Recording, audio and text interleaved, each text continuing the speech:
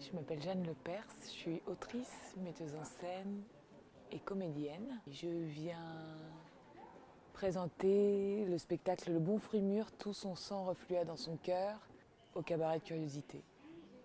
Et si j'essaye de définir ce spectacle, je dirais que c'est un spectacle sur une femme qui a été délaissée pour plus jeune qu'elle. Et pour survivre à cet affront, s'invente des fictions, des vengeances, des jouissances, jusqu'à arriver à un point de rupture.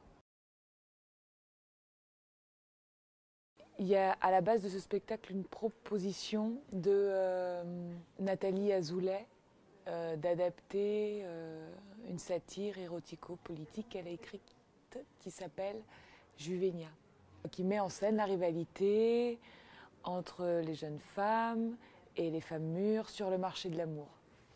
Et d'une manière assez belle, en fait, Nathalie m'a tendu la main en me proposant, en se demandant, alors qu'est-ce qu'une metteuse en scène, comédienne de 35 ans peut avoir à faire de cette question de l'obsolescence programmée des femmes sur le marché de l'amour. J'ai pris cette main tendue. Sa demande était que j'adapte Juvenia à la scène. Et j'ai travaillé autour de cette question et finalement j'ai décidé non pas d'adapter Juvenia à la scène, mais de travailler en correspondance avec les thèmes de Juvenia. On est rentré dans une correspondance avec Nathalie Azoulay et en fait j'ai glané énormément de références, mais aussi son point de vue, ses passions, ses questions irrésolues, dans les bouquins qu'elle écrit, et notamment autour de la féminité, de la maternité. Nathalie, elle est fan de la série de films Alien.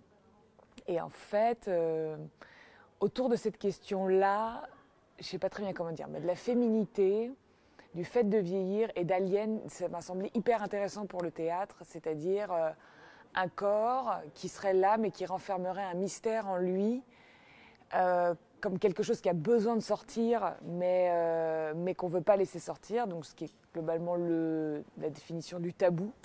Et il se trouve que dans Juvenia, Nathalie Azoulay, elle définit à un moment, elle nomme le sexe féminin comme un tabou. Elle le nomme comme le tabou palpitant.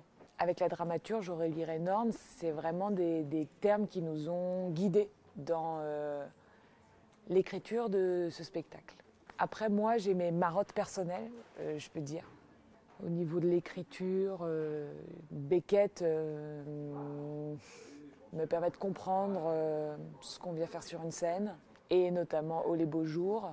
Il y a pas mal d'années, j'ai travaillé Au les beaux jours, et là, en fait, avec le thème de ce qu'on pourrait appeler soit la vieillesse, soit l'expérience en fait féminine, d'un corps sur lequel il y a les marques du temps qui a passé.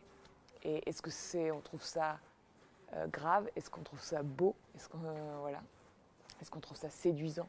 Bon, ces choses-là, en fait, sont pas du tout c'est pas le thème de Au les beaux jours, mais il y a cette question aussi tout le temps là chez Beckett de qu'est-ce qu'on fait du temps? Qu'est-ce qu'on fait de notre journée? Que je trouve très inspirante pour la scène, le théâtre.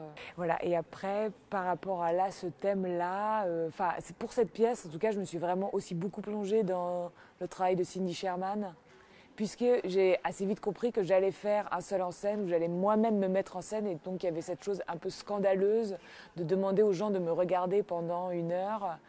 Et je voulais pas, en fait, de manière polie, faire comme si cette chose-là était normale. Non, c'est assez anormal, en fait, de demander à une foule de gens, un groupe de gens, de nous regarder sous toutes les coutures. Et en fait, cette indécence-là, je voulais qu'elle soit dans le spectacle. Et Cindy Sherman, elle met ça, je trouve, très bien en scène. Elle va dans des zones aussi de mauvais goût. Et j'avais envie pour cette pièce aussi de ça. Qu'on puisse regarder cette pièce en se demandant est-ce que j'ai le droit d'aimer ou pas. Un peu comme ce personnage qui est à la fois, je l'espère, séduisant et irritant, gênant, trop.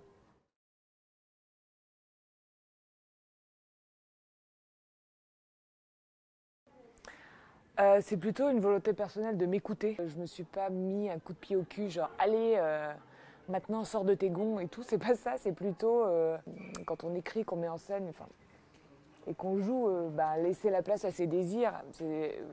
Après, ça se confronte au public, à la compréhension du public, etc. Enfin, tout ça est très important aussi, mais je pense qu'on loupe le coche si à un moment on ne se crée pas un espace où on laisse effleurer la théâtralité à laquelle on rêve, quoi. Donc après, par exemple, le masque n'est pas venu forcément tout de suite. Enfin, j'avais un désir de travailler du masque, mais ça pouvait être seulement des moments oniriques de la pièce, et sinon que je sois avec mon visage à moi. Alors qu'en fait, progressivement, le masque est arrivé et a bouffé le personnage. Enfin, le personnage devait être masqué. C'est là que ça part aussi d'une écriture. Et le premier geste, il est celui de l'écriture. Puis, en fait, j'essaie de comprendre ce que j'ai écrit. Et de l'honorer d'une certaine manière. Les espèces de zones comme ça, un peu les gouffres, les vertiges que j'essaye de me mettre sur le plateau, quoi. Et donc, quelle tête il faut pour faire ça, quelle étrangeté. Par exemple, j'ai écrit la fin 3 semaines avant la première. Enfin, elle s'est vraiment fabriquée en se fabriquant, quoi. Enfin, donc il n'y avait pas de volonté a priori, plus des espèces d'intuitions.